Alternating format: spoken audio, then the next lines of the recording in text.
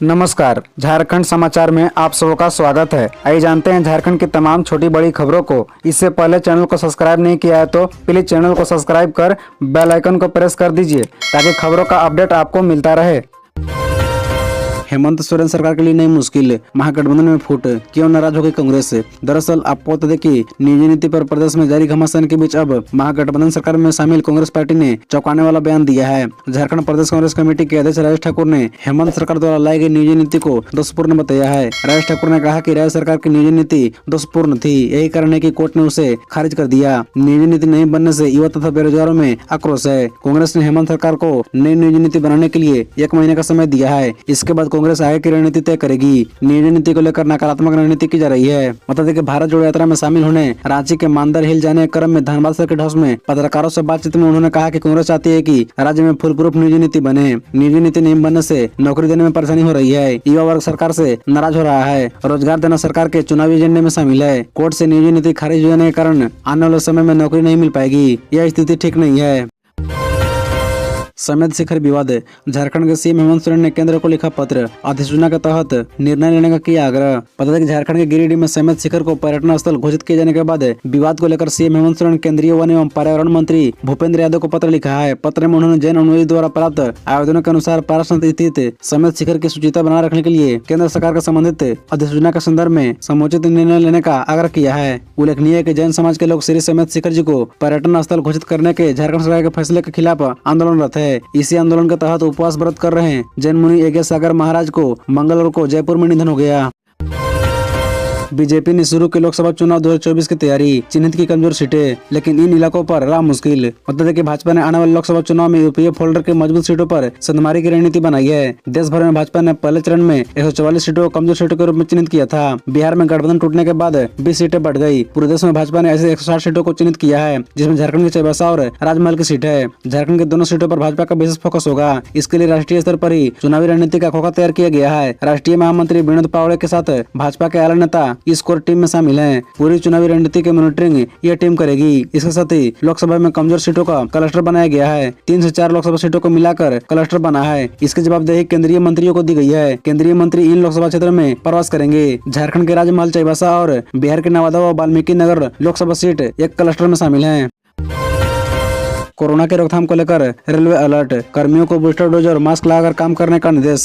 दरअसल आपको बता दें कोरोना के बढ़ते मामले को लेकर रेलवे ने गाइडलाइन जारी की है। डीआरएम एजे राठौर ने सभी कर्मचारियों को बूस्टर डोज लेने और ड्यूटी मास्क लगाकर आने का आदेश दिया है। साथ ही वैक्सीन टेस्टिंग और ट्रैकिंग काम केंद्रीय स्वास्थ्य मंत्रालय द्वारा जारी गाइडलाइन पर करने को कहा है। इसके साथ ही रेलवे चिकित्सा व्यवस्था को दुरुस्त करने और संदिग्ध का जीनोम सीक्वेंसिंग के लिए लेबोरेटरी भेजने को कहा है। इसके अलावा जिला स्वास्थ्य विभाग से समन्वय बनाकर विदेशों से आने वालों को जाँच सुनिश्चित कराने का भी निर्देश दिया है। बता दें कि कोरोना के रोकथाम को लेकर झारखंड सरकार अलर्ट है। स्वास्थ्य विभाग लगातार इस पर निगरानी बनाए हुए हैं। वर्तमान में राज्य में एक्टिव केस की संख्या 2 है। इससे पहले 3 कोरोना संक्रमित थे। इसमें से खूंटी जिला के 2 संक्रमित में से 1 संक्रमित स्वस्थ हुए। इसी तरह वर्तमान में राज्य में 2 कोरोना संक्रमित है। इसमें पूर्वी सिंहभूम जिला के 1 और खूंटी जिला में 1 कोरोना संक्रमित मिले हैं। पूर्वी सिंहभूम में मिले कोरोना संक्रमित का रिम्स में इलाज चल रहा है। एसीबी की गिरफ्तार में आई रामगढ़ महिला थाना प्रभारी, 10,000 रुपए घूस लेते हुए गिरफ्तार। बता दें कि भ्रष्टाचार निरोधक ब्यूरो ने रामगढ़ थाना प्रभारी मंजारी बिरुआ को 10,000 रुपए घूस लेते रंगे हाथ दबोचा। महिला थाना प्रभारी पर एक केस के मामले में घूस लेने का आरोप है। शिकायतकर्ता द्वारा एसीबी हजारीबाग के अधिकारियों को इसकी शिकायत की गई। इस शिकायत के आधार पर एसीबी ने महिला थाना प्रभारी को गिरफ्तार किया है। गिरफ्तार करने के बाद एसीबी की टीम उन्हें लेकर हजारीबाग चली गई। बताया गया कि एक केस के मामले में रामगढ़ थाना प्रभारी ने 10,000 रुपए घूस मांगी थी। शिकायतकर्ता ने इसकी शिकायत एसीबी हजारीबाग से की। शिकायत मिलते ही एसीबी की टीम ने मामले की जाँच की। शिकायत सही पाए जाने के बाद एक योजना के आधार पर रामगढ़ थाना प्रभारी की गिरफ्तारी हुई।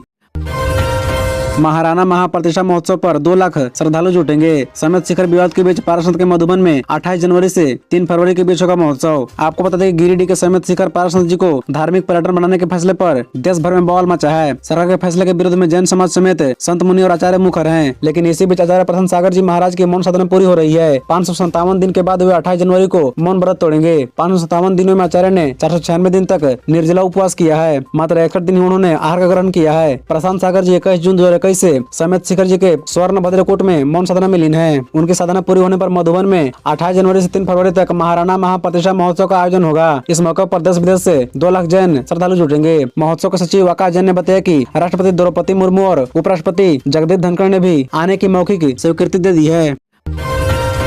17 जनवरी से खाद्यान्न जो यात्रा का सेकंड फेज शुरू, 6 जिलों की होगी समीक्षा। बता दें कि झारखंड के मुख्यमंत्री हेमंत सोरेन आगामी 17 जनवरी 2023 से दूसरे चरण के खाद्यान्न जो यात्रा पर निकलेंगे। इसके तहत 6 जिलों की समीक्षा भी करेंगे। सीएम श्री सोरेन का कोल्हान के 3 जिलों में इनका प्रवास होगा तथा जनसभा को संबोधित भी करेंगे। इसको लेकर कोल्हान से झामुमो के 5 विधायक रांची स्थित प्रोजेक्ट भवन में मुख्यमंत्री हेमंत सोरेन से मिले। खाद्यान्न जो यात्रा को लेकर मोहनपुर विधायक सह समाज कल्याण मंत्री जोबा माझी, खरसावा विधायक दशरथ गागराई, चक्रधरपुर विधायक सुखराम उराव, चाईबासा विधायक दीपक बिरुआ और मझगांव विधायक निरल पूर्ति ने मुख्यमंत्री के साथ विचार विमर्श भी किया। इस यात्रा को लेकर राज्य के हरमो स्थित पार्टी के केंद्रीय कार्यालय में पार्टी के वरिष्ठ नेता विनोद कुमार पांडे की अध्यक्षता में बैठक हुई। बैठक में पश्चिमी सिंहभूम में सिमडेगा जिला के जिला समिति के पदाधिकारियों एवं केंद्रीय समिति के सदस्यों ने अपनी बात रखी तथा खाद्यान्न जो यात्रा की सफलता के लिए विभिन्न बिंदुओं पर चर्चा भी की।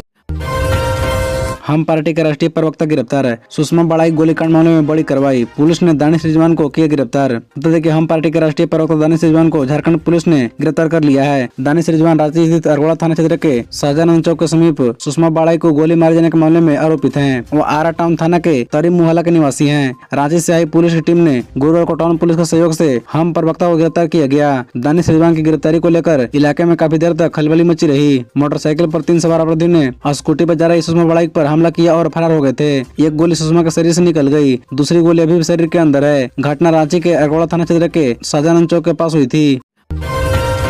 पूर्व विधायक निर्मला देवी को झारखंड हाईकोर्ट से मिली जमानत, एनटीपीसी गोलीकांड में मिली है सजा, निचली अदालत में बॉन्ड भरने के बाद रिहाई का निर्देश। दरअसल आपको बता दें कि झारखंड के बड़कागांव विधानसभा के पूर्व विधायक निर्मला देवी को जमानत मिल गई है। उन्हें झारखंड हाईकोर्ट ने जमानत दी है। कल उनकी जमानत याचिका पर सुनवाई हुई, जिसके बाद जमानत दी गई। उनकी जमानत याचिका पर हाईकोर्ट के न्यायाधीश जस्टिस रंगून मुखोपाध्याय और अंबुज नथम की खंडपीठ में सुनवाई हुई। बताया चले कि झारखंड हाईकोर्ट में जमानत शर्त के साथ दी गई है। हाईकोर्ट ने कहा है कि पूर्व विधायक निर्मला देवी को निचली अदालत में बेल बॉन्ड भरने के बाद ही रिहा किया जाए। पूर्व विधायक निर्मला देवी बड़कागांव एनटीपीसी आंदोलन में गोलीबारी में सजायाफ्ता है। इस मामले में रांची एमपी एमएलए की कोर्ट ने उन्हें 10 वर्ष की सजा सुनाई है। यह घटना साल 2015 की है। उस समय एनटीपीसी बड़कागांव में अपना प्लांट लगा रही थी। जिस जमीन पर प्लांट लगाया जा रहा था उसे लेकर ग्रामीण विरोध कर रहे थे। वो अपनी जमीन प्लांट को नहीं देना चाह रहे थे। उस समय पूर्व विधायक निर्मला देवी ने एनटीपीसी का अपन सत्याग्रह चलाया था।